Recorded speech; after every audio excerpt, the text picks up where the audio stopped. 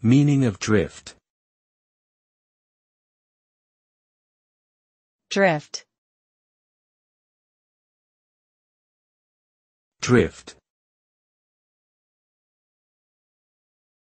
Drift. Drift. The term drift can have different meanings depending on the context.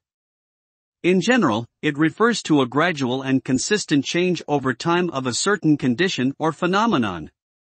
This can include the slow movement of an object away from its original position, the shift in behavior or attitude of a person or group, the alteration of a physical or chemical property, or the deviation from an intended course or trajectory. In most cases, drift implies a certain degree of unpredictability and uncontrollability, leading to potential changes or consequences that may not have been anticipated or desired.